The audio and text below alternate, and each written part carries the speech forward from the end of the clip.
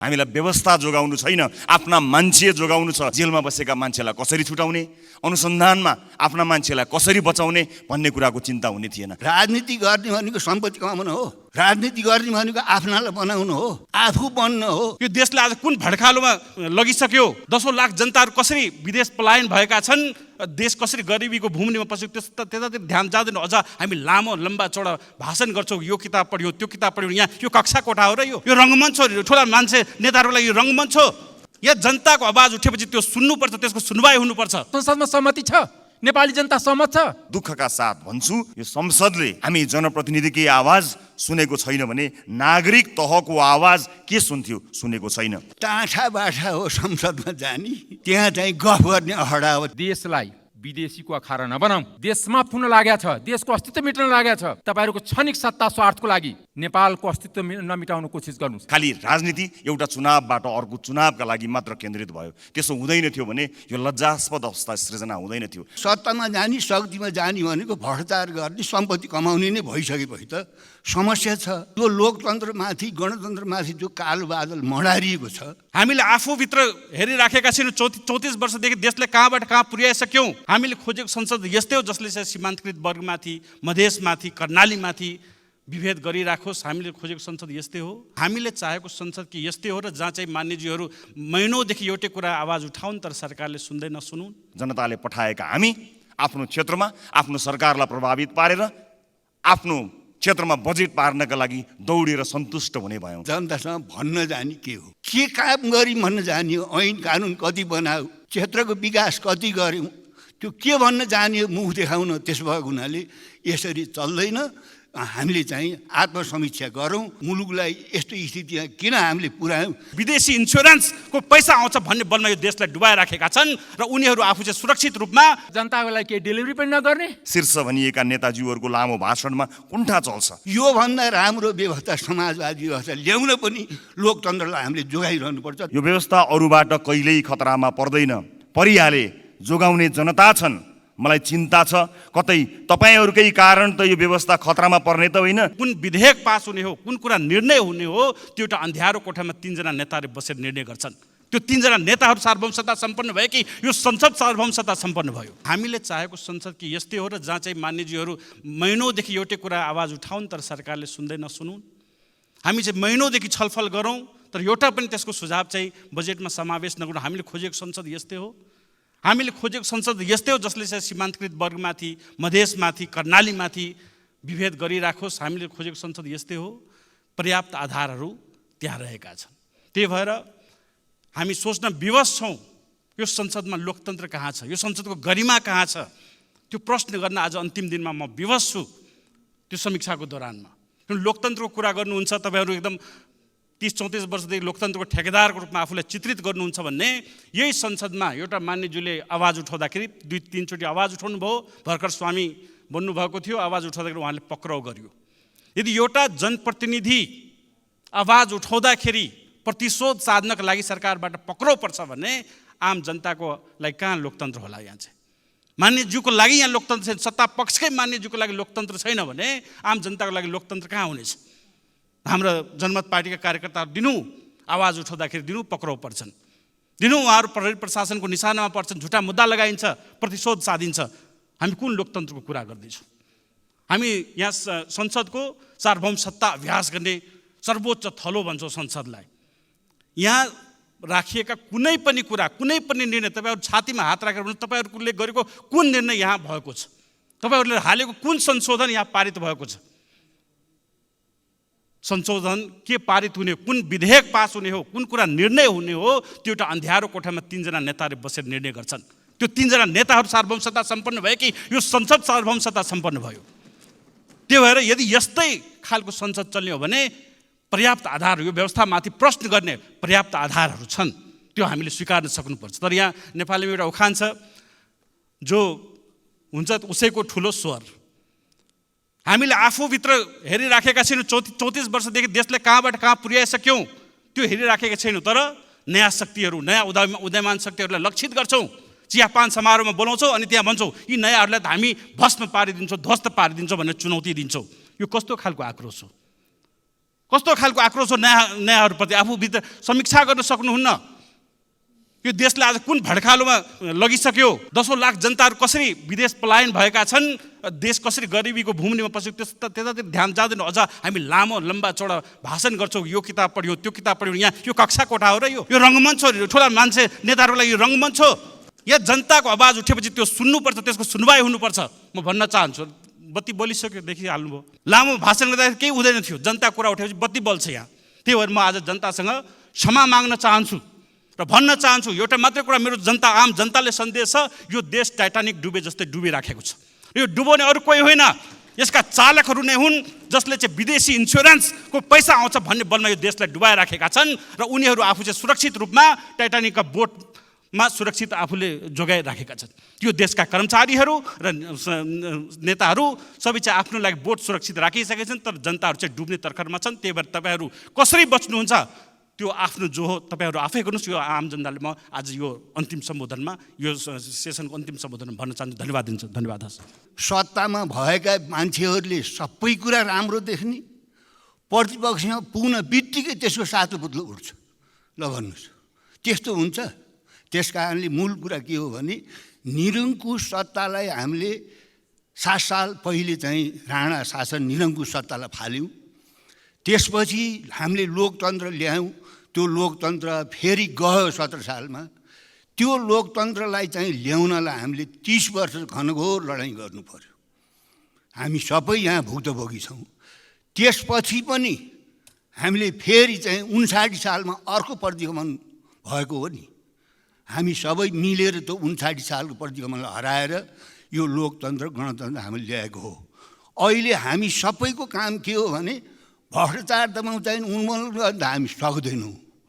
किनभने सत्तामा जाने, शक्तिमा जाने भनेको भ्रष्टाचार गर्ने, सम्पत्ति कमाउने नै भइसकेपछि त समस्या छ।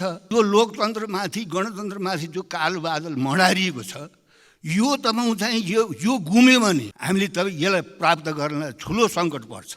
हामीलाई अनुभव छ नि, 17 साल पछिको अनुभव, 59 सालको चाहिँ अनुभव। त्यस कारणले मैले पुस 25 गते बोल्दाखेरि यही रोस्टरबाट भनेको थिएँ, यो गणतन्त्र लोकतन्त्रप्रति कसैबाट खतरा छ भने स्वयं हामीबाट छ। हामीबाटै खतरा छ भनेर मैले भनेको थिएँ, मैले रिसले भनेको थिइनँ।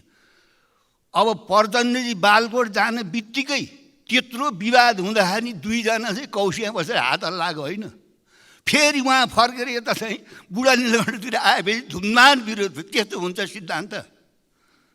हाम्रो गति हेर्नुहोस् त। अहिले तपाईँहरूलाई संहिता उदाहरण दिन त तपाईँ चाहिँ त्यो कोसीकै हेर्नुहोस् त गति।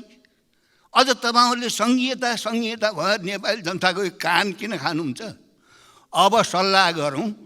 सङ्घीय प्रणालीप्रति मेरो विरोध होइन, त नेपालमा हुन्न भने हो नि।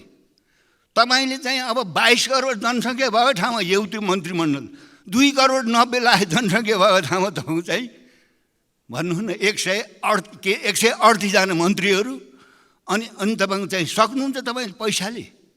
त्यस कारणले यो बजेट पनि के रहेछ भन्दाखेरि चाहिँ जो भान्से छ उसैले चप्काउँदो बजेट हेर्नुहोस्। मैले यहाँ भने खै बजेटको यस्तो अन्याय भयो, म के भन्न जाने हो निर्वाचन क्षेत्रमा जनताहित भन्दाखेरि तपाईँको जिल्लामा त 147 किलोमिटर चाहिँ पहाडी राजमार्ग छ नि, उत्तर पाएँ मैले। त्यस्तो हो। त्यस कारणले हाम्रै कारणले यो लोकतन्त्र यो गणतन्त्र चाहिँ गयो भने हामीले फेरि यो चाहिँ प्राप्त गर्नुको लागि विगतका आन्दोलनभन्दा बढी हुन्छ। अहिले मलाई ट्याग गर्ने चाहिँ जनताले यो भ्रष्टाचारी छ, यो घुसिया छ, यो राष्ट्रघाती छ भन्दैनन्। एउटै मात्रै मलाई लाउने खोट के हो भने यिनी चाहिँ सत्तामा बस्ने, देशको राष्ट्रियता सार्वभौमता र अखण्डताको सौदाबाजी गर्ने, भ्रष्टाचारको तपाईँ चाहिँ नेतृत्व गर्ने, यिनीसँग त किन हिँड्छस्? मलाई जनताले तपाईँ चाहिँ नि राख्ने प्रश्न यो हो।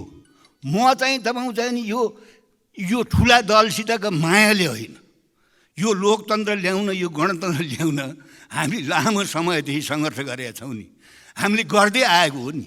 त्यस कारणले हामी आफै तपाईँ चाहिँ करेक्सन नभइकन हामीले आफ्नो मूल्याङ्कन आफै गर्नुपर्छ।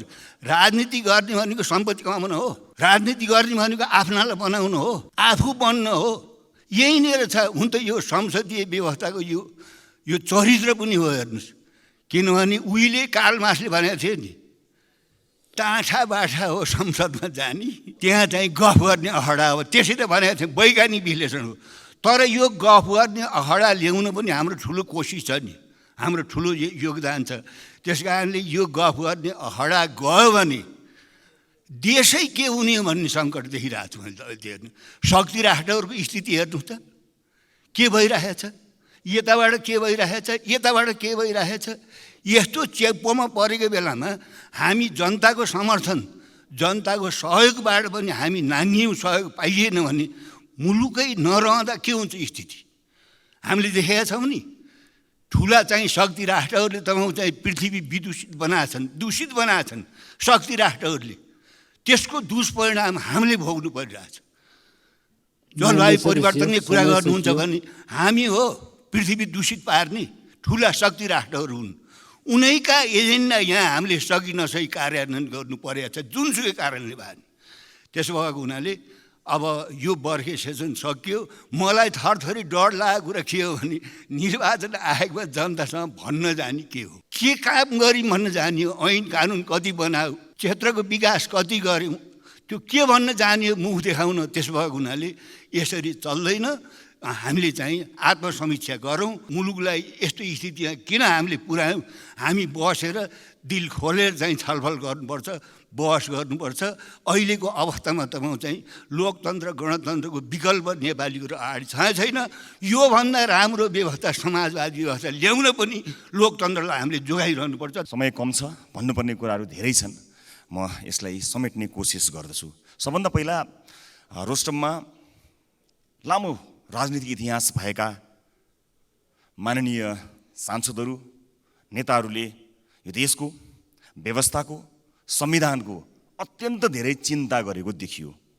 यसलाई जोगाउनुपर्छ, यसलाई चाहिँ यो गुम्छ कि भनेर असाध्यै धेरै चिन्ता गरेको देखियो। तर म यहाँ एउटा कुरा स्पष्ट पार्न चाहन्छु के यो व्यवस्था, यो संविधान अरू कसैका कारणले खतरामा छ कि तपाईँ हाम्रै चरित्र, तपाईँ हाम्रै व्यवहारका कारणले खतरामा छ, यो कुरा छुट्याउन जरुरी छ। हामीले व्यवस्था जोगाउनलाई प्राथमिकता दिएको भए आज यो चिन्ता गर्नुपर्ने अवस्था आउने थिएन। आज हामी संविधान, व्यवस्था र प्रणाली जोगाइरहेका छौँ कि आफ्ना मान्छेहरू जोगाइरहेका छौँ, छातीमा हात राखेर सोच्नुपर्ने बेला आएको छ।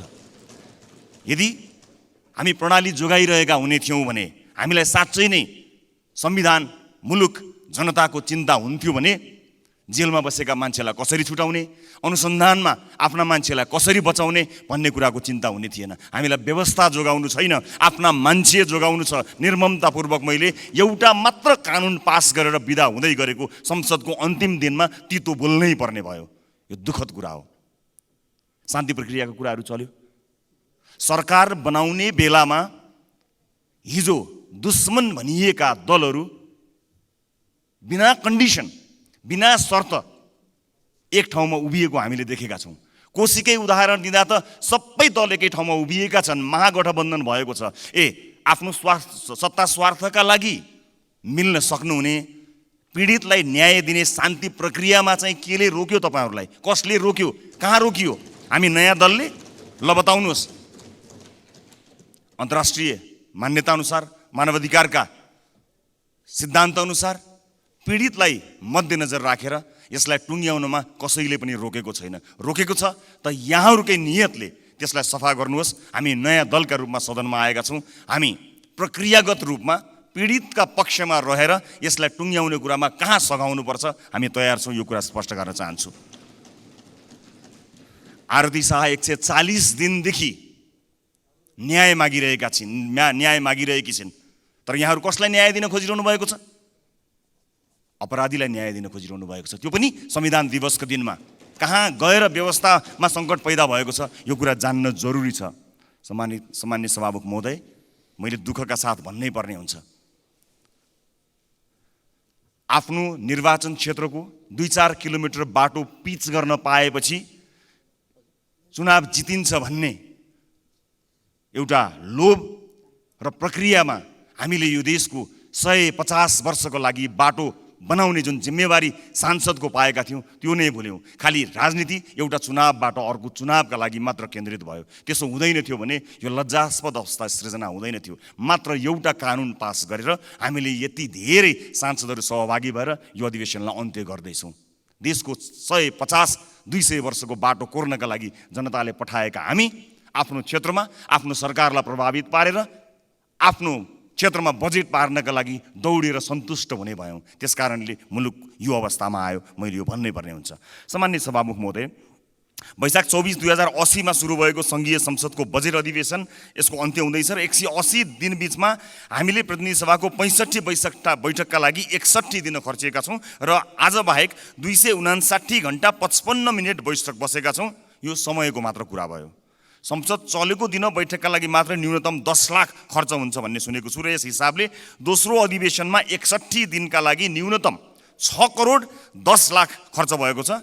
समय मात्रको कुरा छैन, पैसा पनि मनग्य खर्च गरेका छौँ हामीले लिने तलबको कुरा बेग्लै छ। प्रत्येक संसद बैठकमा हामी सांसदले राष्ट्रिय महत्त्वका सहितका आफ्ना निर्वाचन क्षेत्रका विषय राख्दै आएका छौँ। कहिले मलिन भएर कहिले चर्को स्वरमा नागरिकका आवाज हामीले उठाउँदै आएका छौँ, दुःख पीडा भन्दै आएका छौँ, माग आवश्यकता जस्ताको तस्तै आफ्नो क्षमताअनुसार सुनवाई गराउने कोसिस गरेका छौँ। मन्त्रीदेखि प्रधानमन्त्रीसम्मलाई प्रश्न सोध्छौँ ताकि उहाँहरूबाट जवाफ आउन सकोस्, नागरिकलाई आश्वस्त पार्न सकियोस्। तर दुःखका साथ भन्छु, यो संसदले हामी जनप्रतिनिधिकै आवाज सुनेको छैन भने नागरिक तहको आवाज के सुनेको छैन। ध्यानाकर्षणका लागि हामीले उठाएका विषय मन्त्रीले आफ्नो नोटबुकमा टिप्न लायक सम्झन्छन् कि सम्झँदैनन् मलाई थाहा छैन, तर स्पष्ट जवाफ आएको मलाई सम्झना छैन। कुनै पनि सांसदले आफूले ध्यानाकर्षण गराएको विषय, राखेको गुनासो र सोधेको प्रश्नमा सरकारका तर्फबाट स्पष्ट जवाफ पाएको भए त्यसलाई संयोग मात्र माने हुने अवस्था छ। बरु यो सदनमा आरोप प्रत्यारोप चल्छ।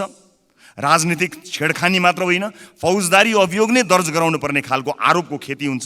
शीर्ष भनिएका नेताजीहरूको लामो भाषणमा कुण्ठा चल्छ, मिथ्याङ्कको विवरण खुल्छ, आत्मप्रशंसा र विपक्षीको निन्दाको लम्बेतान सिलसिला मात्र चल्दैन। शीर्ष भनिने ठानिए नेताहरूकै लहरमा संसद बन्धक समेत हुन्छ।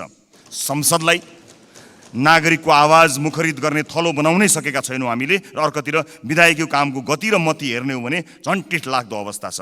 सभामुख महोदय, 79 पुस 28 गते राष्ट्रिय सभा सदस्य विमला राई पौडेलले उहाँको नेतृत्वमा गठित र उहाँ परराष्ट्र मन्त्री भएपछि अनिता देवकोटाले उहाँको नेतृत्वले गरेको उपसमितिले जेठ 25 गते बुझाएको प्रतिवेदनलाई हेर्ने हो भने त्यसअनुसार संविधान लागू गर्न आधारभूत रूपमा कम्तीमा 180 वटा कानुन बनाउनु पर्नेछ। सङ्घीय संसदले मात्रै 150 वटा कानुन तर्जुमा गर्नुपर्ने अवस्था रहेको छ र त्यसमध्ये 40 वटा चाहिँ तत्कालै हामीले बनाउनु पर्ने देखिएको छ। यसबाहेक संविधानको अनुसूचीमा उल्लेखित एकल वा साझा अधिकार सूचीका थप कानुन समेत बनाउनु पर्नेछ र प्रणाली कार्यान्वयनका लागि मात्रै आधारभूत मानिएका सङ्घीय निजामती सेवा, सङ्घीय शिक्षा, सङ्घीय प्रहरी, जनस्वास्थ्य, कानुनी सहायता लगायत ऐन तत्काल बनाउनु पर्ने भनेर किटान गरिएको छ।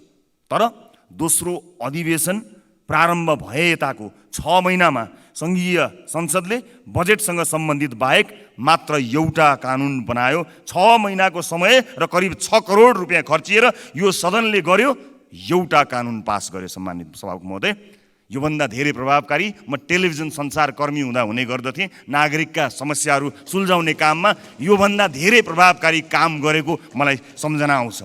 सम्मान्य सभामुख महोदय, हामीले यो अधिवेशनमा तत्काल छलफल चलाउनु पर्ने प्रकृतिका केही सङ्कल्प र जरुरी सार्वजनिक महत्त्वका प्रस्तावहरू पनि दर्ता गरेका थियौँ। यो सम्मानित सदनको पुनस्मरणका लागि मात्रै म त्यो विषयवस्तुहरू प्रस्तुत गर्न चाहन्छु। सभामुख महोदय, हामीले सङ्कल्प प्रस्तावका रूपमा सुमना श्रेष्ठ प्रस्तावक रहेको नक्कली भुटानी शरणार्थी प्रकरणबाट जेठ 1, 2080 सङ्कल्प प्रस्ताव दर्ता गऱ्यौँ। डेङ्गी रोग नियन्त्रण र रोकथामको उपचारबारे माननीय विराज भक्त श्रेष्ठबाट जेठ 21, 2080 सङ्कल्प प्रस्ताव दर्ता गऱ्यौँ। जरुरी सार्वजनिक महत्त्वको प्रस्तावका रूपमा सुन तस्करी प्रकरणबारे 16 सांसद प्रस्तावक रहेको र 4 समर्थक रहेको जरुरी महत्त्वको प्रस्ताव 10 साउनमा दर्ता गरायौँ। जरुरी सार्वजनिकको महत्त्वको प्रस्ताव म आफैले लम्की स्किन महामारी नियन्त्रणबारे 16 साउन 2080 दर्ता गराएँ। अर्को सङ्कल्प प्रस्ताव कैद मिनाहाको कानुनी प्रबन्ध दुरुपयोगबारे डिपी अर्याल, अशोक चौधरी, निशा डागी सहित 18 असोजमा हामीले दर्ता गरायौँ। एकातिर संसदले पर्याप्त बिजनेस पाएनन् भने अर्कोतिर हामीले दर्ता गराएका यी सङ्कल्प प्रस्ताव जरुरी सार्वजनिक महत्त्वको 5 वटा प्रस्ताव छलफलमै ल्याइएन, थन्काइयो। समय, सन्दर्भ र घटना केन्द्रित गम्भीर प्रकृतिका समेत रहेको यस्तो प्रस्तावहरूमा व्यवस्था लोकतान्त्रिक संसदले कल्पना गर्न सक्दैन सभामुख महोदय। तर ठुला भनिने दलको सिन्डिकेट लादिने यो सदनमा हाम्रा प्रस्ताव कार्यसूचीमै चढेनन्। बेलैमा छलफल नचलाउँदा कतिपय प्रस्ताव अहिले असान्दर्भिक जस्तो लाग्छन्। तर समस्याको दीर्घकालीन समाधानका लागि यी प्रस्ताव ढिलो चाँडो छलफल चलाउनै पर्छ यो संसदमा। एउटा अर्को सन्दर्भ पनि उल्लेख गर्न चाहन्छु। सामान्य सभामुख महोदय, विद्यालय शिक्षा सम्बन्धी कानुनलाई संशोधन र एकीकरण गर्न बनेको विधेयक 2080मा सैद्धान्तिक छलफल हुनुअघि जनताको राय समेत लिएर विधेयक परिष्कृत गर्नुपर्ने हाम्रो प्रस्ताव प्रतिनिधि सभाले अस्वीकार गर्यो। नागरिक र सरकारवालाको सुझाव नलिई कानुन बनाउने प्रवृत्तिका कारण विवाद आउने गरेकाले त्यो मस्यौदा जनताबीच लैजानुपर्ने रासोपाको प्रस्ताव थियो। तर सत्तापक्षको बहुमतको बलमा कानुन बनाउँदा जनताको राय लिने स्वाभाविक प्रक्रियालाई निरुत्साहित गरियो सभामुख महोदय। कानुन बनाउँदा नागरिकको न्याय राय लिउँ भन्ने प्रस्ताव समेत बहुमतको बलमा पेलिदो रहेछ। कस्तो विडम्बना। नयाँ भएकाले संसदीय अभ्यास सिक्दैछौँ सभामुख महोदय। केही कमजोरी पनि भएका होलान्, तिनलाई आउँदा दिनमा सच्याउने छौँ। प्रारम्भिक सिकाइको यो चरणमा आइपुग्दा फेरि पनि भन्नै पर्ने हुन्छ कि यो संसद ठुला भनिएका 3 दल बाहेकका लागि अनुदार छ। यो भन्नै पर्ने हुन्छ सभामुख महोदय। समयको पाबन्दी छ, मलाई 1 मिनटको समय पाउँ सभामुख महोदय। म केही चिज यहाँ जोड्न अनुमति चाहन्छु। व्यवस्था नै खतरामा परेको र त्यसको जवाफ एक भएर दिने भन्ने समेत अभिव्यक्ति सुन्न थालिएको छ। तर जवाफ दिने चाहिँ कसलाई सभामुख महोदय? नागरिकलाई। अनि के भनेर जवाफ दिने सभामुख महोदय? हामीले सकेनौँ भनेर जवाफ दिने कि बाँडीचुँडी खाँदै हामी गर्छौँ भनेर जवाफ दिने कि कोही नभएको जात्रा हाँडी गाउँमा भने जस्तै व्यवस्था नै खतरामा पर्यो भनेर प्रधानमन्त्रीले नै नेतृत्व गरेर दल सडकमा ओर्लिने हो कि क्या हो भन्ने कुरा पनि देख्दै आएको छ। यसबारे धेरै टिप्पणी गर्नु छैन, मात्र यति भन्छु सभामुख महोदय, यो व्यवस्था अरूबाट कहिल्यै खतरामा पर्दैन। परिहाले, जोगाउने जनता छन्। मलाई चिन्ता छ कतै तपाईँहरूकै कारण त यो व्यवस्था खतरामा पर्ने त होइन, किनकि तपाईँहरूमा सत्ता बाहेक नागरिकबारे सोच्ने सोच कतै पनि देखिएको छैन। परिवर्तन जोगाउनका लागि, लोकतन्त्र जोगाउनका लागि भन्नुभएको छ। कसलाई जोगाउनका लागि लाग्नु भएको छ? बुबा पुस्ताले देशमा सुनौलो बिहानी ल्याउँछु भनेर जेल नेल भोगेका थिए। छोराछोरी पुस्ता सुन भित्र्याउनका लागि जेल नेल जाँदैछन्। लोकतन्त्र यसरी जोगिँदैन। गम्भीर हुनुपर्नेछ। लोकतन्त्रका आधारभूत सिद्धान्त र मान्यताहरूमा केन्द्रित रहेर प्रतिबद्ध हुनुपर्नेछ। यो सरकारले कतिवटा हाइवे बनायो, कतिवटा बाटाघाटा बनायो, कतिवटा विश्वविद्यालय बनायो, ठुला आयोजना कतिवटा सम्पन्न भयो। त्यसलाई आधार मानेर समर्थन र विरोध गर्नुपर्ने हुन्छ।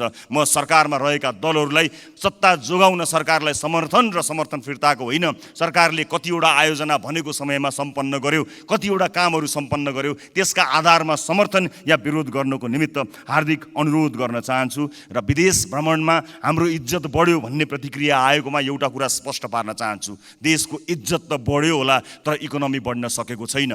इकोनोमीको रूपमा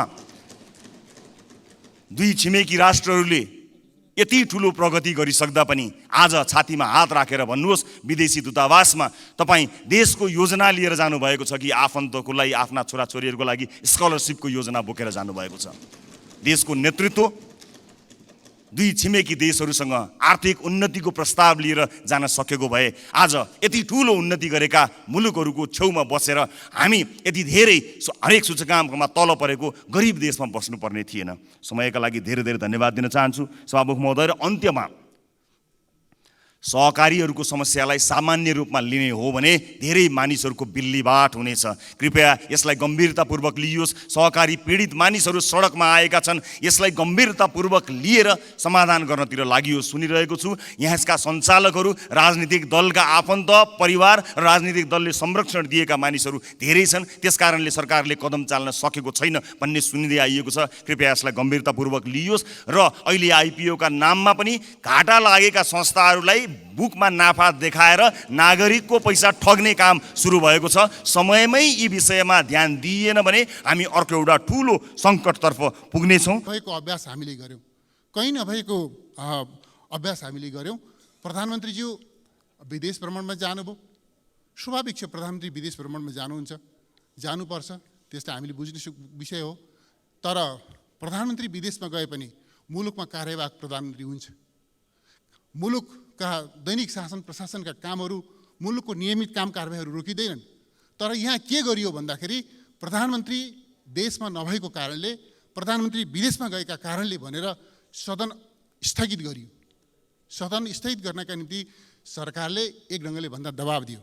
यो खालको चाहिँ असङ्गत अभ्यास पनि हामीले गरेका छौँ।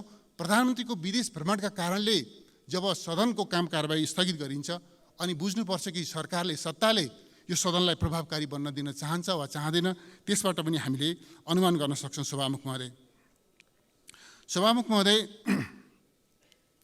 यो सदनमा 7 महिना हामीले व्यतीत गऱ्यौँ यो बैठकमा, यो चाहिँ अधिवेशनमा। तर नतिजा के भयो? नतिजा के भयो भनेदेखि एउटा चाहिँ खास गरी यो अनुचित लेनदेनसँग सम्बन्धित ऐनमा संशोधन गर्ने बाहेक अरू कुनै कानुन निर्माणको काम, एउटा काम पनि हामीले अगाडि बढाउन सकेन। एउटा ऐनमा संशोधन बाहेक ऐन निर्माण गर्ने, ऐन संशोधन गर्ने, कानुन निर्माण गर्ने, कानुन संशोधन गर्ने सदनको एउटा महत्त्वपूर्ण अभिभावना हो। तर एउटा ऐनमा संशोधन बाहेक अरू कुनै नयाँ कानुन हामीले निर्माण गर्न सकेनौँ। जे अपेक्षित कानुनहरू थिए सदनमा आउनुपर्ने, ती कानुनहरू पनि आउन सकेनन्। जे आएका छन् तिनीहरूमा पनि अनेक सदनमा कानुनहरू, विधेयकहरू प्रस्तुत हुँदा नहुँदै त्यसमा कन्ट्रोभर्सी, त्यसमा अनेक प्रकारका समस्या र त्यो अगाडि बढ्नै नसक्ने खालको अवस्था सृजना भयो। यसका पछाडि को जिम्मेवार हो? किन सदनमा एउटा मात्रै 7 महिनामा एउटा मात्रै ऐनमा संशोधन गरिन्छ? किन कुनै नयाँ ऐन निर्माण हुन सक्दैन? यसका पछाडि को जिम्मेवार छ?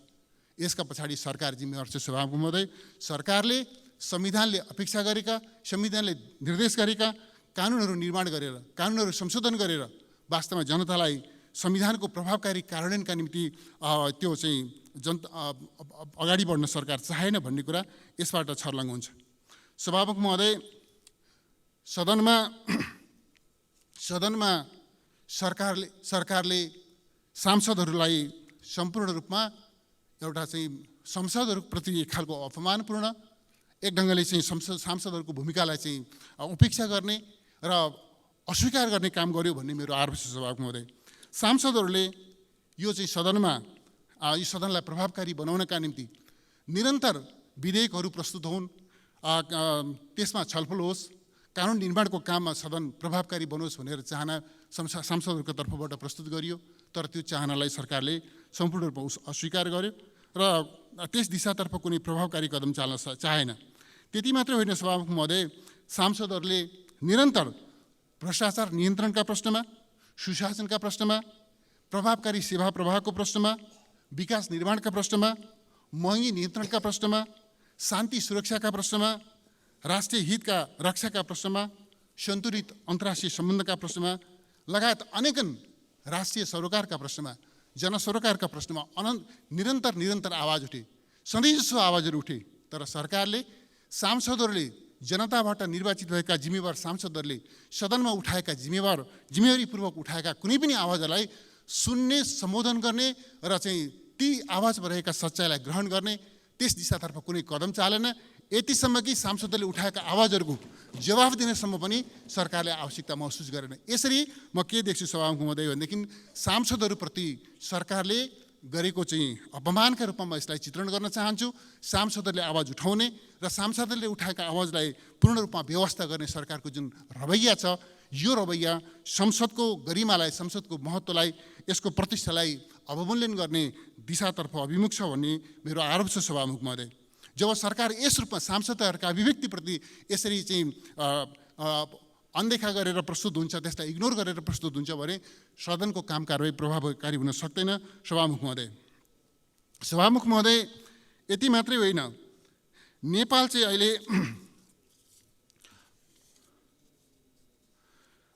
अहिले कस्तो स्थितिमा छ भन्दाखेरि तस्करीको एउटा अन्तर्राष्ट्रिय केन्द्रका रूपमा, नेपाल बदनाम भएको छ। यो स्थिति ओभरनाइट अचानक सिर्जना भएको होइन सभामुख महोदय। यसका पछाडि पृष्ठभूमिहरू छन्। त्यसतर्फ वास्तवमा चाहिँ सरकार चाहिँ कतिसम्म लाचार छ, कतिसम्म एउटा चाहिँ प्रभावहीन छ भन्ने कुरा विगतका घटनाक्रमहरूले देखिएको छ। दैनिक जसो क्विन्टलका क्विन्टल सुन नेपाल भएर तस्करी हुन्छ। राज्यका अङ्गहरू, राज्यका औपचारिक संरचनाहरू, राज्यका औपचारिक जिम्मेवारीमा रहेका पदाधिकारीहरू त्यस कुकर्ममा संलग्न हुन्छन् र तिनीहरूलाई दण्डित गर्नका निम्ति सरकारले कुनै प्रभावकारी कदम चाल्दैन र यतिसम्म कि ती अपराधीहरूलाई दण्डित गर्नका निम्ति, उनीहरूलाई कानुनको दायरामा ल्याउनका निम्ति र तस्करीको एउटा चाहिँ जुन एउटा दृष्टिकोणले नेपालको अन्तर्राष्ट्रिय जगतमा जुन बदनाम भएको छवि छ, यसलाई चाहिँ सच्याउनका निम्ति प्रभावकारी कदम चालौँ, निष्पक्ष छानबिन आयोग गठन गरौँ र त्यस मार्फत दोषीहरूलाई दण्डित गरौँ भनेर प्रतिपक्षले उठाएको जायज आवाजलाई सभामुख महोदय लामो समयसम्म सुनिएन। अहिले चाहिँ सदन अवरोध गरेको चाहिँ प्रसङ्गमा यहाँ कुराहरू उठेको छ।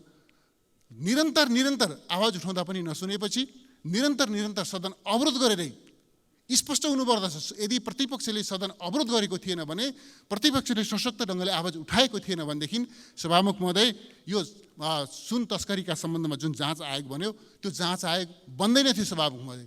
त्यस कारणले अहिले पनि म के देख्छु भनेदेखि जस्तो भेपमा त्यो भेपको तस्करी, भेप मार्फत भएको 9.5 किलो तस्करीका सम्बन्धमा वास्तवमा त्यो सुन 9.5 किलो हो भनेर यकिन भएको छ, तर त्यो सुन कहाँ छ अहिले पनि त्यो वास्तवमा कुनै त्यसको जानकारी छैन, सरकारसँग त्यो सुन छैन। यसरी तस्करी भएको सुन समेतलाई जो रङ्गी हात पक्रिएको छ त्यसलाई समेत राज्य कोषमा दाखिला गर्न नसक्ने अवस्थामा सरकार छ भन्ने कुरा देखिएको छ सभामुख महोदय। यसरी राज्यका औपचारिक निकायहरूको, औपचारिक पदाधिकारीहरूको संलग्नतामा जुन प्रकारको तस्करी चाहिँ भयो हाम्रो देशमा, भइरहेको त्यसको श्रृङ्खला चल्यो लामो समयदेखि र यसले जुन हाम्रो देशको छवि अन्तर्राष्ट्रिय जगतमा बिग्रिएको छ, यसलाई दुरुस्त गर्नका निम्ति अहिले धेरै ठुलो सङ्घर्ष गरेर, धेरै ठुलो दबाब दिएर मात्रै जाँच आयोग बनेको छ सभामुख महोदय। र म भन्न चाहन्छु अहिले पनि सरकार वास्तवमा यसप्रति चाहिँ त्यति धेरै उत्साहित छैन। छानबिन प्रक्रियालाई सघाउनका निम्ति, जाँच आयोगलाई सघाउनका निम्ति त्यति उत्साहित नभएको हामी पाउँछौँ र सरकार यस प्रश्नमा अहिले पनि उदासीन छ सभामुख महोदय। सभामुख महोदय,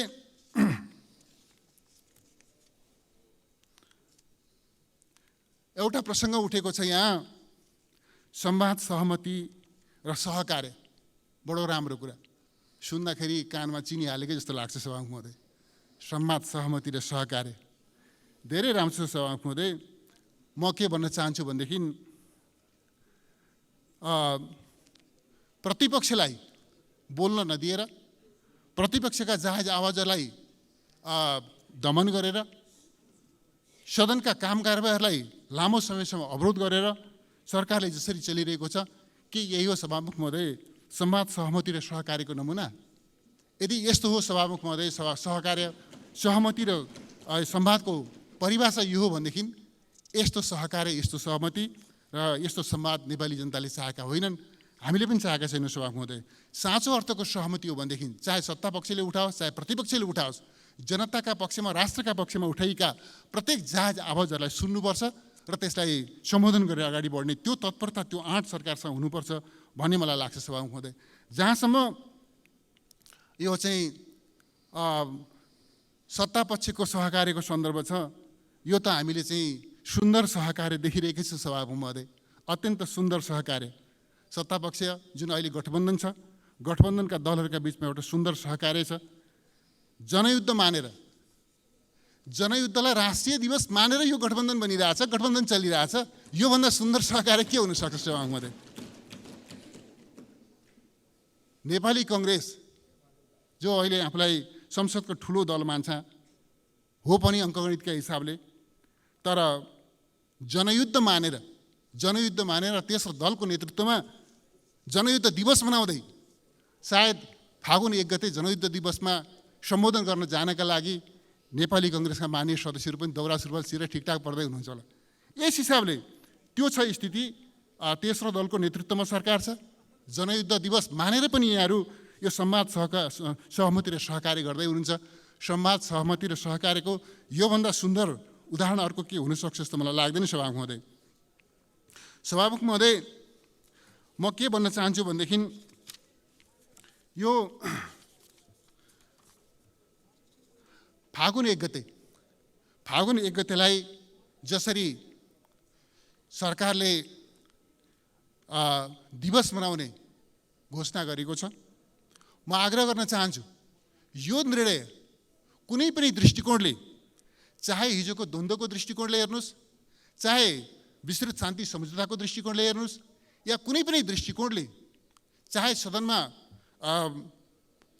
प्रतिबिम्बित भएको जनमतको दृष्टिकोणले हेर्नुहोस्, चाहे आम नेपाली जनताको चाहनाको दृष्टिकोणले, कुनै पनि दृष्टिकोणले फागुन 1 गते उत्सवको दिन हुन सक्दैन। त्यो फागुन 1 गते कुनै जश्न मनाइने दिन हुन सक्दैन सभामुख महोदय। त्यो नेपालमा हिंसा आरम्भ भएको दिन थियो, हिंसा आरम्भ गरिएको दिन थियो, र त्यो हिंसाको बाटो गलत हो भन्ने स्वीकार गरेर त्यो चाहिँ फागुन 1 गते हिंसात्मक यात्रा सुरु गर्ने साथीहरू त्यो यात्रा गलत थियो भन्ने कुरा मन्जुर गरेर यो शान्ति प्रक्रियामा आउनुभएको र यो संविधान निर्माणको प्रक्रियामा सहभागी हुनुभएको र आज त्यो स्वीकारोक्तिका साथमा यो सम्मानित सदनमा उहाँहरूको उपस्थिति छ भन्ने म मान्दछु सभामुख महोदय। त्यस अर्थमा यो फागुन 1 गतेलाई फागुन 1 गते जश्न मनाएर दिवस मनाएर देशमा कुनै लोकतन्त्रको सबलीकरण हुन सक्दैन, नेपालको लोकतान्त्रिक छवि अन्तर्राष्ट्रिय जगतमा स्थापित हुन सक्दैन भन्ने मलाई लाग्दछ सभामुख महोदय। यदि यो सरकारलाई फागुन 1 गते यो युद्ध दिवस मनाउनै पर्छ भन्ने लाग्छ, उसलाई यो ठिक हो भन्ने लाग्छ भने म सरकारलाई चुनौतीका साथ भन्न चाहन्छु सभामुख महोदय, सरकारले फागुन 1 गते युद्ध दिवस मनाउनु पर्छ भन्ने प्रस्ताव यो सदनमा प्रस्तुत गरेर पारित गर्ने आँट गर्नुहोस्। त्यो आँट छ सरकारसँग। यो सदन समक्ष यो फागुन 1 गते युद्ध दिवस मनाउनु पर्छ, यो फागुन 1 गते बिदा गर्नुपर्छ, जसमा मनाउनु पर्छ भन्ने प्रस्ताव यो सदन समक्ष प्रस्तुत गरोस् र नेपाली जनताका प्रतिनिधिले त्यसका बारेमा निर्णय दिनेछन्। नेपाली जनताका प्रतिनिधिहरूका सामनेमा, यो सदनका सामनेमा फागुन 1 गतेको युद्ध दिवसका सन्दर्भमा त्यसको परीक्षण गर्न सरकार तयार छ। मलाई लाग्छ सरकारले त्यो आँट गर्ने छैन। म चुनौतीका साथ भन्न चाहन्छु सरकारले यो गलत निर्णयबाट पछाडि हटोस्। यदि पछाडि हट्न चाहँदैन भनेदेखि, सिधै पछाडि हट्न चाहँदैन भनेदेखि सदन समक्ष प्रस्ताव लिएर आओस् र सदनको निर्णय मानेर अगाडि बढोस्। यसरी जनताको चाहना विपरीत, सदनको चाहना विपरीत यो प्रकारको चाहिँ वास्तवमा शान्ति प्रक्रियातर्फ अगाडि बढिरहेको, स्थिरतातर्फ अगाडि बढिरहेको, विकास समृद्धि र समाजवादतर्फ अगाडि बढिरहेको मुलुकलाई अनि फेरि चाहिँ युद्धतर्फ फर्काउने, युद्ध दिवस मनाउने त्यस खालको गल्ती गर्नु हुँदैन भन्ने मलाई लाग्छ सभामुख महोदय। सभामुख महोदय, यसबीचमा अरू अनेकन समस्याहरू सिर्जना भएका छन्। शान्ति सुरक्षाको अवस्था त्यस्तै चिन्ताजनक छ, अमन चैनको अवस्था चिन्ताजनक छ। हरेक दिन जस्तो हिंसा, हत्याका घटनाहरू, बलात्कारका घटनाहरू घटिरहेका छन्, तर सरकार दोषीहरूलाई दण्डित गर्न, दोषीहरूलाई कानुनको दायरामा ल्याउन, उनीहरूलाई कानुन बमोजिम कारबाही गर्न सरकार उदासीन छ। त्यति मात्रै होइन सभामुख महोदय, कानुनले दण्डित गरेका अपराधीहरूलाई, ज्यानमाराहरूलाई, हत्याराहरूलाई, दिनदहाडै खुँडा खुकुरी लिएर मान्छे मार्न हिँड्ने अपराधीहरूलाई, मान्छे मारेका अपराधीहरू, हत्याराहरूलाई सरकारले सिफारिस गर्छ, सगौरव सिफारिस गर्छ, लाज नमानी सिफारिस गर्छ, रिहा गर्नका निम्ति सिफारिस गर्छ राष्ट्रपतिज्यू समक्ष। राष्ट्रपतिज्यू एक शब्द नसोधिकन, त्यसलाई फिर्ता नगरिकन त्यसलाई अनुमोदन गर्नुहुन्छ। र अहिले अब त सरकारले चेत्नुपर्ने हो। सरकारले रिहा गरेका अपराधीहरूले रिहा भएको भोलिपल्टदेखि फेरि मान्छे मार्न हिँडेका छन्, फेरि हत्या गर्न हिँडेका छन्, फेरि बलात्कार गर्न हिँडेका छन्, सामूहिक हत्याको चाहिँ योजना बनाएर हिँडिरहेका छन्, त्यस प्रकारका अपराध कर्म गरिरहेका छन्। तर सरकारलाई लाज छैन सभामुख महोदय। अपराधीहरूलाई छाड्ने, फेरि ती अपराधीहरू बाहिर निस्केर त्यसपछि अपराध कर्महरूलाई अगाडि बढाउने सरकार तमासा हेरेर बसिरहेको छ। यस्तो सरकारबाट शान्ति सुरक्षा अमन चैनको हामीले कुनै आशा गर्न सक्दैनौँ सभामुख महोदय। अवस्था यस्तो रहेको छ। अराजकताको सिमाना आएको छ सभामुख महोदय, अराजकताको सिमाना आएको छ। यो चाहिँ यो राजनीतिक संरक्षण प्राप्त सोसल मिडियाको चाहिँ एउटा चाहिँ चरम दुरुपयोग भएको छ सभामुख महोदय। र त्यस्ता खालका अराजकताका संवाहकहरूले त्यस खालका प्रवृत्तिहरू संविधानका विरुद्धमा, कानुनका विरुद्धमा, अनेकन प्रकारका गतिविधिहरू गर्दै हिँडिरहेका छन्। उनीहरूले व्यवस्थाका विरुद्धमा, संविधानका विरुद्धमा अनेकन प्रकारका प्रलापहरू गरिरहेका छन् सभामुख महोदय। तर सरकारले त्यसलाई चाहिँ व्यवस्था गरिरहेको छ। यदाकदा लाग्छ सरकार कति निरीह भयो। यस प्रकारको स्वेच्छाचारी, यस प्रकारको अराजक, यस प्रकारका गतिविधि गर्नेहरूलाई सरकारले नियन्त्रण गर्ने, उनीहरूलाई कानुन बमोजिम दण्डित गर्ने र चाहिँ वास्तवमा समाजमा शान्ति सुव्यवस्था कायम गर्ने होइन, त्यो अराजकतामा के भनेदेखि कुनै न कुनै रूपले साथ समर्थन दिइरहेको त छैन भन्ने आशंका गर्ने एउटा आधा स्थिति तयार भएको छ। यसरी विधिको शासनको सट्टामा कानुन हातमा लिने प्रवृत्ति यति बेला मौलाइरहेको छ। म आग्रह गर्न चाहन्छु सभामुख महोदय, सरकारले अहिले कुनै अमुक दलका विरुद्धमा, कुनै अमुक नेताका विरुद्धमा, प्रमुख प्रतिपक्षका विरुद्धमा, प्रमुख प्रतिपक्ष दलको नेताका विरुद्धमा गतिविधि भएको छ भनेर आनन्दको महसुस गरेको होला। तर सभामुख महोदय, यो प्रवृत्तिका प्रति यदि सरकार सहिष्णु हुन्छ भनेदेखि त्यस्तो प्रवृत्तिले अरूलाई पनि बाँकी राख्ने छैन। त्यस कारणले यस्तो स्वेच्छाचारिता, यस्तो अराजकताका प्रवृत्तिहरूलाई नियन्त्रण गर्नका निम्ति किन सरकार सचेत बन्दैन, किन सरकारले पहल गर्दैन भन्ने एउटा गम्भीर चिन्ताको विषय म यहाँनिर राख्न चाहन्छु सभामुख महोदय। सभामुख महोदय, शान्ति प्रक्रियाका सन्दर्भमा पनि म संक्षिप्तमा केही कुरा राख्न चाहन्छु। सभामुख महोदय, शान्ति प्रक्रियाका सम्बन्धमा यहाँ पनि चर्चा भएको छ। सङ्क्रमणकालीन न्यायसँग सम्बन्धित विषयमा जुन कानुन निर्माणको प्रक्रियामा हामी छौँ, यो प्रक्रियाका सन्दर्भमा एउटा चाहिँ प्रतिपक्षका प्रति एउटा अत्यन्तै गलत, अनुचित र आग्रही आरोप लगाउने काम गरेको छ सत्तापक्षले। सभामुख महोदय, म यस्तो आरोपको विरोध गर्न चाहन्छु, निन्दा गर्न चाहन्छु। म के भन्न चाहन्छु भनेदेखि हामीले यो शान्ति प्रक्रियामा जुन प्रकारको विलम्ब भइरहेको छ, सङ्क्रमणकालीन न्यायसँग सम्बन्धित काममा जुन प्रकारको विलम्ब भइरहेको छ, यो विलम्ब को अविलम्ब अन्त्य हुनुपर्छ। यो न्यायमा चाहिँ विलम्ब ढिलाइ हुनुपर्ने त्यो अन्याय सरह हो। त्यस कारणले यस्तो स्थितिको अविलम्ब अन्त्य हुनुपर्छ, छिटोभन्दा छिटो कानुन निर्माण हुनुपर्छ र शान्ति प्रक्रियाका बाँकी काम छिटोभन्दा छिटो टुङ्गिनुपर्छ भन्ने नेकपा एमालेको स्पष्ट दृष्टिकोण छ सभामुख महोदय। तर यसका सन्दर्भमा किन ढिलो भएको छ? ढिलो सत्तापक्षले गर्छ, आरोप प्रतिपक्षलाई लगाउँछ। यो अत्यन्त खेदजनक कुरा हो सभामुख महोदय। हामी स्पष्ट छौँ, यो सङ्क्रमणकालीन न्यायसँग सम्बन्धित जुन कानुन निर्माणको प्रक्रियामा हामी छौँ, म सत्तापक्षलाई भन्न चाहन्छु, सरकारलाई भन्न चाहन्छु, पीडितलाई न्याय दिने विषयमा केन्द्रित भएर, पीडितले न्याय पाउनुपर्छ भन्ने मान्यतामा केन्द्रित भएर नेपालका अदालतका चाहिँ आदेशहरूलाई पालना गर्ने विषयमा प्रतिबद्ध भएर र मानवाधिकार सम्बन्धी अन्तर्राष्ट्रिय जुन मान्यताहरू छन्, ती मान्यताप्रति प्रतिबद्ध भएर यो कानुन निर्माणको कामलाई छिटोभन्दा छिटो टुङ्ग्यौँ भन्ने हाम्रो आग्रह हो सभामुख महोदय। यो गर्नका निम्ति केले रोकेको छ?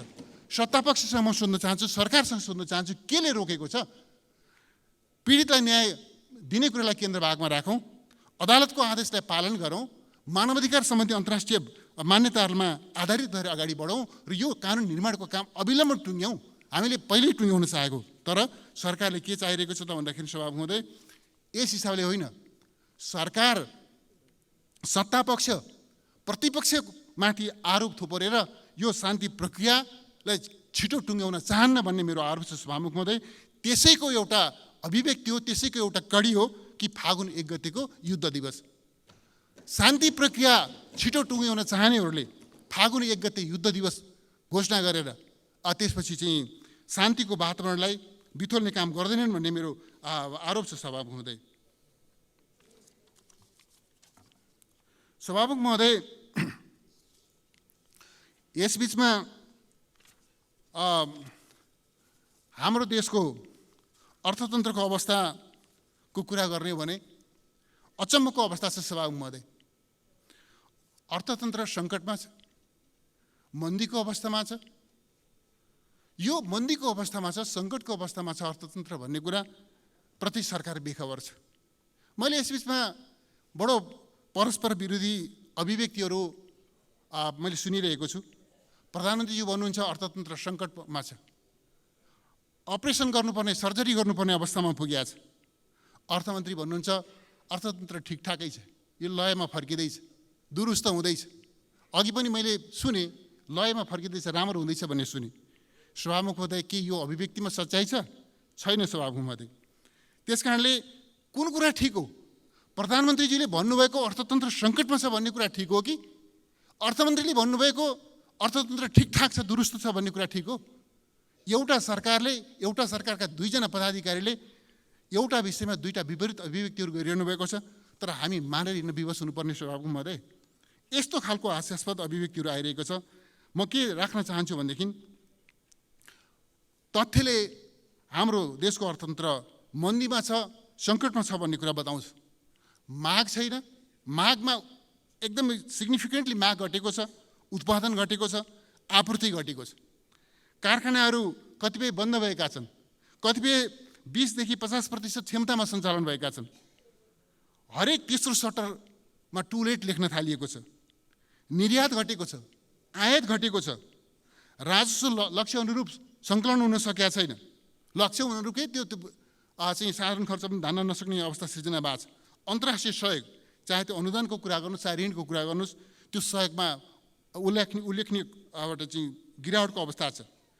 ट्रेजरी डिफिसिटको कुरा गर्नुहुन्छ भनेदेखि ट्रेजरी डिफिसिटको अवस्था चिन्ताजनक छ। यो चाहिँ हामीले अहिलेसम्म पहिलो त्रैमासिकमा आन्तरिक ऋण उठाउने गरेका होइन सभामुख महोदय। आन्तरिक ऋण अहिले कस्तो अवस्था देखा पर्यो भने आर्थिक वर्षको पहिलो त्रैमासिकमा सरकारले आन्तरिक ऋण उठाएको छ, 95 अर्ब आन्तरिक ऋण उठाएको छ। 95 अर्ब आन्तरिक ऋण उठाउँदा पनि ट्रेजरी डिफिसिट 1.5 खर्ब छ। 150 अर्ब ट्रेजरी डिफिसिट छ आजका मितिमा। 95 पहिलो त्रैमासिकमा तपाईँ चाहिँ यो 95 अर्ब चाहिँ आन्तरिक ऋण उठाउनुहुन्छ र पनि 1.5 खर्बको चाहिँ ट्रेजरी डिफिसिट छ भनेपछि हाम्रो देशको आर्थिक अवस्था कहाँनिर छ भन्ने कुरा यसले बताउँछ सभामुख महोदय। सार्वजनिक ऋण बढेको छ, बाह्य ऋणभन्दा आन्तरिक ऋण बढेको छ। उद्योगीहरू, व्यवसायहरू ब्याङ्कको ब्याज र किस्ता तिर्न नसक्ने अवस्थामा पुगेका छन्। डिफल्टरहरू, कालो सूचीमा पर्नेहरूको सङ्ख्या गुणात्मक रूपले बढ्न थालेको छ। ब्याज दर महँगो छ। बैङ्कमा तरलता छ, तर ऋण लिन चाहने मानिसहरू छैनन्। समस्या झनपछि झन विकराल बन्दैछ। तर सरकार यस्तो सङ्कटपूर्ण बनिरहेको अर्थतन्त्रको अवस्थाका बारेमा बेखबर छ र यसप्रति चाहिँ एक ढङ्गले भन्दाखेरि बेसरोकार भएर सरकार चलिरहेछ।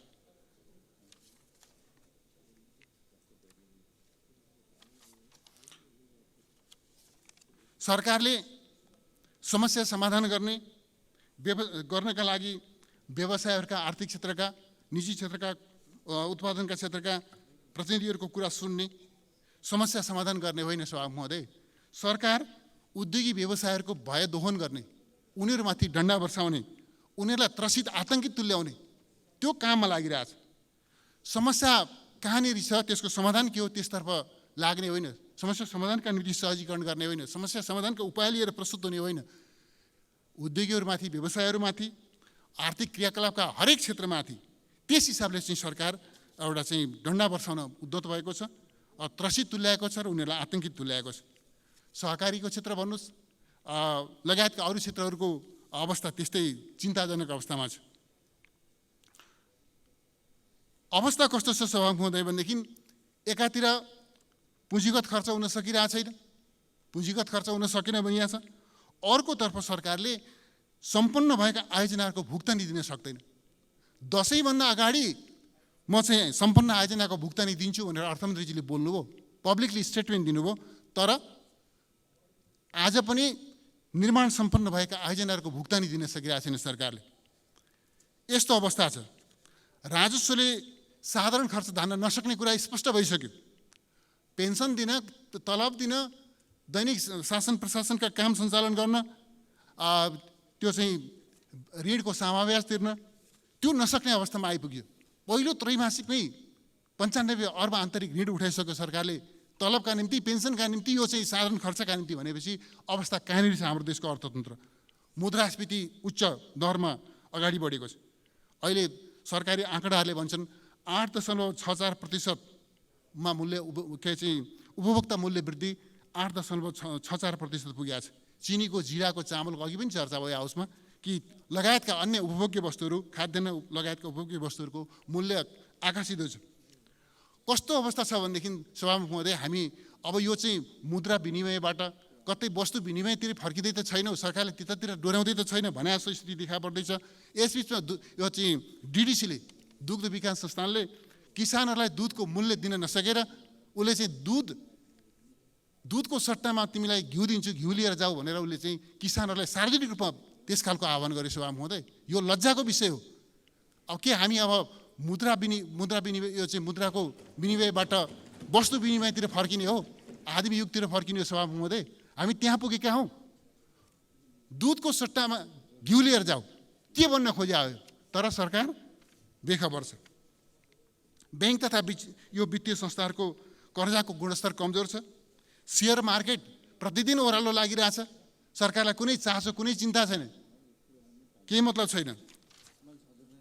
र अहिले देखिएको के छ भने, अघि पनि मैले चर्चा गरेँ, प्रधानमन्त्री र अर्थमन्त्रीका विपरीत भनाइहरू, अर्थमन्त्री र गभर्नरका बिचका मनमुटावहरू ती छरपष्ट रूपमा आइरहेका छन्। जब राज्यको अर्थतन्त्रको बागडोर सम्हालेका संस्थाहरू र पदाधिकारीहरूका बिचमा एउटा साझा दृष्टिकोण हुँदैन, समस्यालाई बुझ्ने र समाधान गर्ने साझा तत्परता हुँदैन भनेदेखि सभामुख हुँदै मुलुकले बिहोर्ने यस्तै खालको अवस्था हो। त्यस कारणले यसको प्रभाव के हुँदैछ सभामुख हुँदै भनेदेखि चौतर्फी रूपमा जुन प्रकारको यो बजेटले जुन प्रकारको लक्ष्य निश्चित गरेका थियो, त्यो बजेटको लक्ष्य पुरा हुने कुनै लक्षण छैन। सभामुख हुँदै आर्थिक वृद्धि 6.5% आर्थिक वृद्धिको लक्ष्य राखिएको छ। 7% हाराहारीमा मुद्रास्फीति कायम गर्ने लक्ष्य राखिएको छ, त्यो केही पुरा हुनेवाला छैन। सभामुख हुँदै राजस्वको लक्ष्य पुरा हुन सक्दैन, अन्तर्राष्ट्रिय सहयोगको लक्ष्य पुरा हुन सक्दैन, पुँजीगत खर्चको लक्ष्य पुरा हुन सक्दैन, रोजगारीका सम्बन्धमा जुन लक्ष्य निश्चित गरेको छ त्यो पुरा हुन सक्दैन। सभामुख हुँदै यसरी चौतर्फी रूपमा हाम्रो देशको अर्थतन्त्र सङ्कटमा छ। र के देखिँदैछ सभामुख महोदय, यो सरकारले अब अर्थतन्त्रमा देखिएका सङ्कट समाधान गर्न नसक्ने मात्रै होइन, त्यो सङ्कटलाई बुझ्ने समेत सामर्थ्य यसले गुमाएको छ। सभामुख महोदय, समाधान दिने त परेको कुरा, समस्यालाई बुझ्ने सामर्थ्य समेत गुमाएको छ। त्यस अर्थमा सभामुख महोदय, अर्थतन्त्रको सङ्कट समाधान गर्नका लागि सभामुख महोदय यो सरकार सम्पूर्ण रूपमा असफल भएको छ।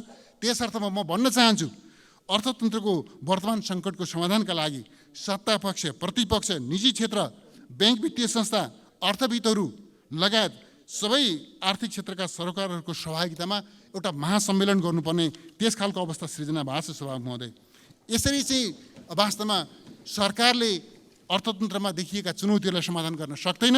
यसको निमित्त सत्तापक्ष, प्रतिपक्षदेखि लिएर सबै सरकारवालाहरूलाई सहभागी बनाएर एउटा चाहिँ अर्थतन्त्रको सङ्कट र यसको समाधानका सम्बन्धमा एउटा महासम्मेलन गर्नुपर्ने अवस्था सृजना भयो र यो सरकारको नेतृत्वमा अर्थतन्त्रका सङ्कटहरू समाधान हुँदैनन् भन्ने कुरा छर्लङ्ग भयो। सभामुख महोदय, त्यसै गरी यो पूर्वाधार निर्माणका सन्दर्भमा त्यस्तै अवस्था छ। सभामुख महोदय, के भएको यो बनेका सम्पन्न भएका आयोजनाहरू सञ्चालन गर्न सक्दैन यो सरकारले। भैरवा विमानस्थल बनेको छ, पोखरा विमानस्थल बनेको छ, सञ्चालन गर्न सक्दैन। अरू निर्माणाधीन आयोजनाहरू अगाडि बढ्न सक्दैनन्। भेरी बबई डाइभर्सन आयोजना, सुनकोशी मरिन डाइभर्सन आयोजना, हुलाकी राजमार्ग, मदन भण्डारी राजमार्ग, पुष्पलाल राजमार्ग, पूर्व पश्चिम राजमार्ग, पृथ्वी राजमार्ग लगायतका जति पनि निर्माणाधीन आयोजनाहरू छन्, स्तरोन्नतिका आयोजनाहरू छन्, यी आयोजनाहरूको निर्माण कार्य ठप्प प्राय भएको छ। कुनै पनि आयोजनाहरू सन्तोषजनक ढङ्गले अगाडि बढ्न सकेका छैनन्। हिजो सुरु गरेका कैयौँ आयोजनाहरूको बजेट कटौती गर्ने, तिनीहरूलाई कार्यक्रमको सूचीबाट हटाउने काम त सरकारले गर्यो। चालु अवस्थाका आयोजनाहरू पनि ठप्प प्राय अवस्थामा रहेका छन्। त्यस्तै गरी शिक्षाको अवस्था त्यस्तै चिन्ताजनक अवस्थामा छ। सभामुख महोदय, कस्तो छ भनेदेखि अहिले हाम्रो चाहिँ देशको श्रम शक्ति, विदेशी निक्रम दैनिक रूपमा 2200 जति श्रम शक्ति अन्तर्राष्ट्रिय श्रम बजारमा बाहिरिने क्रम छ।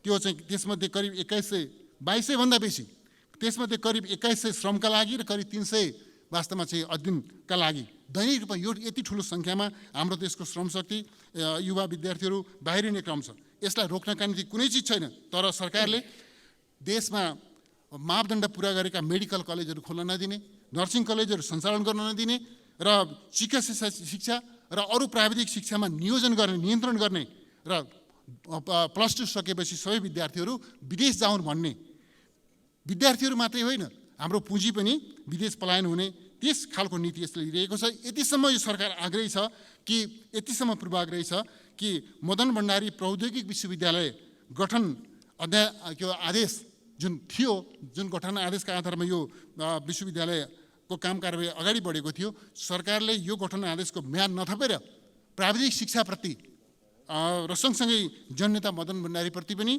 एक प्रकारको आग्रह राखेको छ सभा महोदय। यसरी चाहिँ यो चाहिँ शिक्षा नियोजनको बाटोमा यो सरकार एउटा चाहिँ नाङ्गो ढङ्गले अगाडि बढेको छ र सभामुख महोदय, यो सरकारको नेतृत्वमा देश अगाडि बढ्न सक्दैन, देशले कुनै सुशासन, कुनै शान्ति सुव्यवस्था र विकास समृद्धि के हासिल गर्न सक्दैन भन्ने कुरा छर्लङ्ग भएको छ सभामुख महोदय।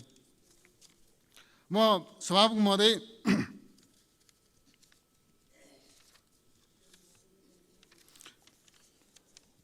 एउटा प्रसङ्ग यहाँनिर राख्न चाहन्छु सभामुख महोदय। यो सदनका जिम्मेवार मान्य सदस्यहरूले अत्यन्तै जिम्मेवारीका साथमा एउटा प्रसङ्ग उठाउनुभयो। छिमेकी मित्र राष्ट्र भारतका प्रधानमन्त्री महामहिम नरेन्द्र मोदीजी केही समय अगाडि नेपालको कालापानी क्षेत्रमा, कुटियाङ्गी लगायतको क्षेत्रमा आउनुभयो। उहाँको भ्रमण कस्तो भ्रमण हो? सरकारले आमन्त्रण गरेको हो कि निम्ता गरेको हो कि होइन, कि उहाँ किन आउनुभएको, कसरी आउनुभएको, के गरेर जानुभयो, त्यसका बारेमा सदनलाई सरकारले जानकारी दियोस् भनेर निरन्तर मान्यज्यूहरूले आवाज उठाउनु, सदनमा आवाज उठ्यो। सभामुख महोदय, यो सरकार कति लाचार छ भनेदेखि उहाँ आउनुभएको हो, आउनुभएको होइन यो पनि भन्न सक्दैन। हामीले निमन्त्रणा गरेका हौँ, निमन्त्रणा गरेका होइनौँ पनि भन्न सक्दैन। उहाँ किन आउनुभएको थियो, के गरेर जानुभयो, त्यो कुरा पनि भन्न सक्दैन। के भएको सभामुख महोदय यस्तो? यो तहको लाचारी किन? यसरी चाहिँ यो खालको लाचारी हामी देखिरहेका छौँ सभामुख महोदय। समग्रतामा भन्दा सभामुख महोदय, म के आग्रह गर्न चाहन्छु भनेदेखि अहिले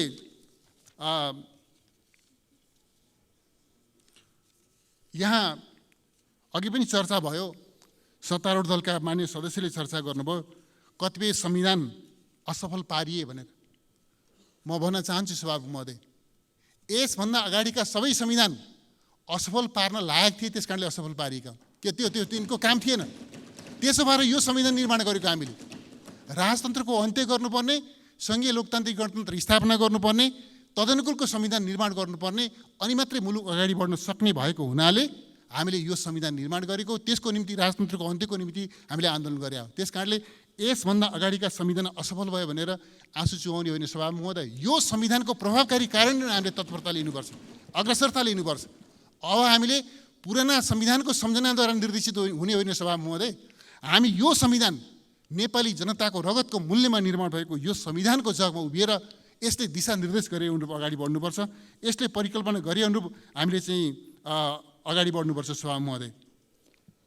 मान्य सदस्य, सभामुख महोदय, सकिएको कुरा म सकिहालेँ। अनुरोध गर्दछु। सभामुख महोदय, एउटा अत्यन्तै एउटा दुःखद प्रसङ्ग छ कि हामीले यो सदनका अत्यन्त मूर्धन्य व्यक्तित्व, संविधान निर्माणको प्रक्रियामा नेतृत्वदायी भूमिका निर्वाह गर्नुभएका नेता, संविधान सभाका अध्यक्ष, यो सदनका सम्मानित सदस्य माननीय सुभाष नेमाङज्यूलाई सदाका निम्ति गुमाएका छौँ। उहाँ हाम्रो बिचमा हुनुहुन्न, तर उहाँका योगदानहरू हाम्रो स्मृतिमा छन्। उहाँका योगदानहरूलाई हामी लामो समयसम्म याद गरिरहनेछौँ र त्यसबाट निर्देशित भइरहनेछौँ भन्ने पनि म विश्वास व्यक्त गर्न चाहन्छु। र दिवंगत माननीय सुभाष नेमाङज्यूप्रति भावपूर्ण श्रद्धाञ्जली व्यक्त गर्न चाहन्छु। त्यसै गरी इजरायलमा मारिएका नेपालीहरूप्रति र देशमा विभिन्न प्रकारका प्राकृतिक विपत्तिहरूमा मारिएका सबै नेपालीहरूप्रति भावपूर्ण श्रद्धाञ्जली व्यक्त गर्न चाहन्छु। र भन्न चाहन्छु सभामुख महोदय कि यो सरकारले सकेन भने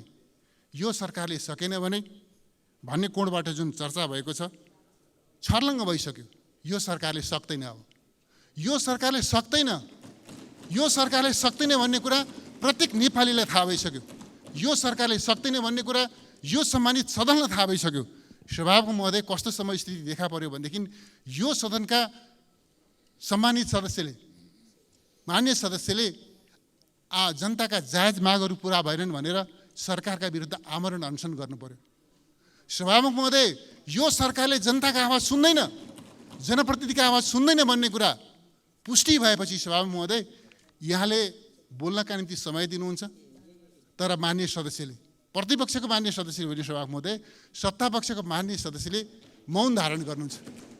बोल्नुको कुनै अर्थ छैन भन्ने कुरा यसरी पुष्टि भएको छ सभामुख महोदय। त्यस कारणले यो सरकारले सक्दैन भन्ने कुरा जगजाहेर छ। यो सरकारले सक्दैन भन्ने कुरा जुन दिन यो सदनले महसुस गर्छ, यो सरकारले सकेन भन्ने कुरा जुन दिन यो सदनले महसुस गर्छ, त्यसपछि सायद देश सकारात्मक दिशामा अगाडि बढ्छ होला। त्यसका निमित्त त्यो क्षणको पर्खाइ सायद यो सदनको पनि छ, आम नेपालीको पनि छ।